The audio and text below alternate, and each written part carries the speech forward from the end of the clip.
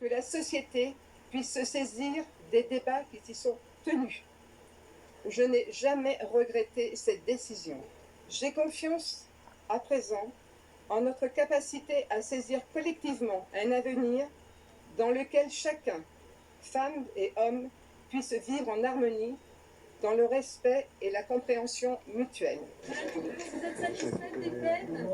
Écoutez, je respecte la Cour et la décision du verdict. Après près de 4 mois d'audience, la Cour criminelle du Vaucluse a rendu son verdict concernant les 51 accusés du procès des viols de Mazan sur Gisèle Pellicot, devenue symbole des violences faites aux femmes. Devant le palais de justice d'Avignon, une foule impressionnante et une centaine de journalistes étaient là dès 7h30 du matin. J'ai fait le déplacement depuis la Suisse en soutien à Gisèle et ce qu'elle fait pour toutes les victimes de violences sexuelles. J'habite à Porto, donc je suis venue pour soutenir Gisèle et sa famille. On l'a rejoint pour la révolution. Dominique Pellicot a été déclaré coupable de viols aggravés sur son ex-épouse. Il est condamné à la peine maximale, 20 ans de réclusion criminelle avec 2 tiers de sûreté.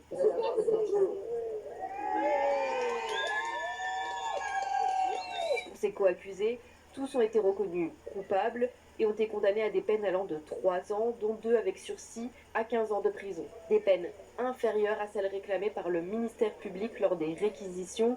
Plusieurs accusés qui comparaissaient libres ont été emmenés en prison à l'issue du verdict. Les enfants de Gisèle Pellicot, présents dans la salle d'audience, ont déclaré être déçus par la faiblesse des peines. Devant le tribunal, la foule a aussi exprimé sa déception. La situation a très vite dégénéré dès l'audience levée, notamment lorsque des accusés sont ressortis libres, certains ayant déjà purgé une partie de leur peine en préventive, tandis que d'autres seront emprisonnés plus tard pour raisons médicales.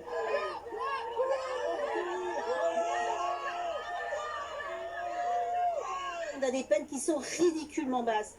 Donc la honte a changé de camp, non. La honte n'a pas changé de camp, la honte, c'est la justice maintenant qui l'a, la honte. C'était l'occasion que la justice soit à la hauteur des femmes.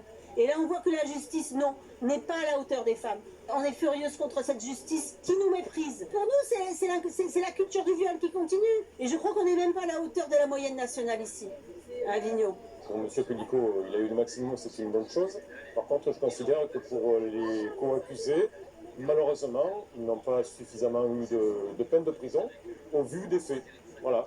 Et je considère qu'à partir de ces éléments-là, malheureusement, on risque d'avoir de nouvelles affaires de ce type.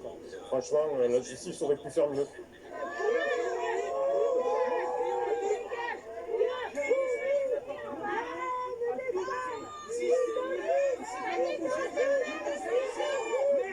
Un avocat d'un des accusés, dont son client sortait libre, nous a interpellés pour nous dire « Mon client a un message à vous dire, il vous dit merde. Je suis attaqué, je me défends. » Donc c'est là qu'il nous a traités d'hystériques et de tricoteuses.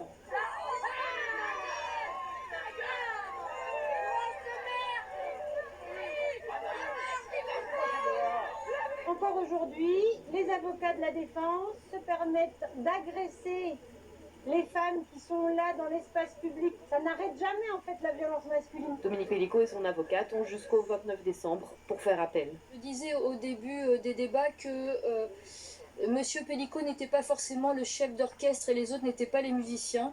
Pour autant, je pense que par l'énoncé de ce verdict, la Cour a condamné le chef d'orchestre en faisant une différence justement entre lui et les différents musiciens qui composent cet orchestre, dont acte.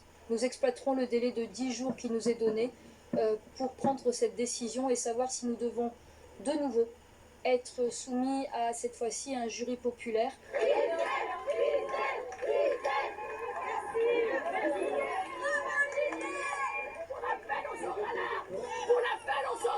Gisèle, on la remercie du fond du cœur pour tout son courage et on lui souhaite de retrouver du bonheur.